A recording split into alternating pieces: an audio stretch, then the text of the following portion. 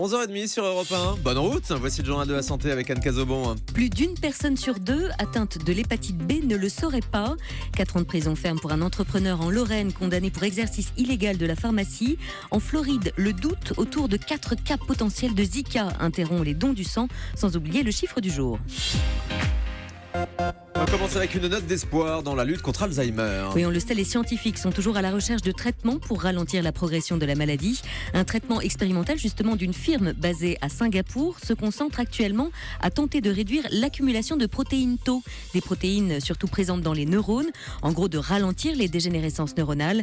Un petit groupe d'une centaine de patients qui n'ont pris que ce médicament expérimental, sans aucun autre traitement additionnel, ont montré un rythme d'atrophie du cerveau très ralenti et un déclin bien plus lent des zones atteintes. Être malade de l'hépatite B et ne pas le savoir. Oui, c'est le cas d'une personne sur 2 atteinte de l'hépatite B en France. Un chiffre annoncé hier par la Haute Autorité de Santé à l'occasion de la journée de l'hépatite. 55% des malades ne se savent pas atteints, alors qu'il existe un vaccin contre ce virus qui cause 1 millier de décès par an. Pour rappel, l'hépatite B s'attaque aux cellules du foie et entraîne son inflammation. 280 000 personnes sont porteuses de la maladie en France. En Lorraine, 4 ans ferme pour un entrepreneur qui vendait des vitamines. Il commercialisait dans toute la France des compléments alimentaires. Les produits étaient acheminés depuis la Pologne. Le prévenu, âgé de 52 ans, vendait depuis au moins 5 ans ses gélules à des naturopathes et des magnétiseurs. Il a été condamné hier par la justice à 4 ans de prison ferme pour exercice illégal de la pharmacie et s'est vu confisquer sa villa varoise, son yacht et sa Porsche. Aux États-Unis, les dons du sang interrompus à Miami. Et ce, à la suite d'une demande des autorités de santé américaines. Il n'est plus possible de donner son sang dans 2 comtés de Miami. En cause, 4 cas potentiels de Zika qui, s'ils s'avéraient confirmés, prouveraient pour la première fois que des moustiques porteurs de Zika sont présents sur la partie continentale des États-Unis.